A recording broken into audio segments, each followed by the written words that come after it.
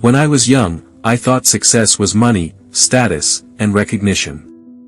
Now that I'm old, I realize, none of it matters if you're not healthy enough to enjoy it. Walk more. Eat less. Sleep well. Your future self will thank you.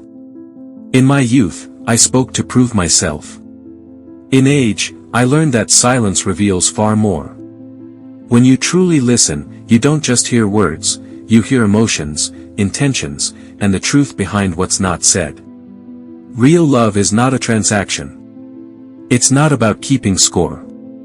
The happiest years of my life were spent loving someone without needing them to be perfect. That kind of love, unconditional, patient, stays even when everything else fades. Don't waste your life trying to be perfect in the eyes of others. You'll end up exhausted and empty.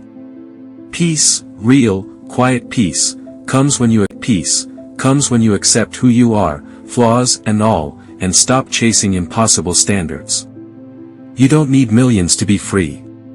You need just enough to say no when something threatens your peace. Save, not because you're greedy, but because freedom is the real luxury. There were days I helped strangers who never said thank you. But I still slept well. Kindness isn't about applause, it's about character. Be kind because that's who you are, not because of who they are. Stop waiting for a perfect future. The laughs with your children, your morning tea, even a walk in silence, one day, you'll wish you could return to this moment. So be in it, fully. I carried pain for years, until I realized it hurt me more than them. Forgive, not because they deserve it, but because you deserve peace. I've owned nice watches, driven good cars.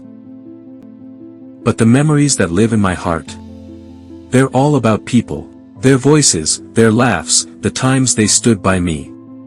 Invest in humans, not objects. When you grow old, you'll forget numbers, titles, even achievements. But you'll remember who held your hand, who wiped your tears, who smiled when you entered the room. In the end, love is the only legacy worth leaving.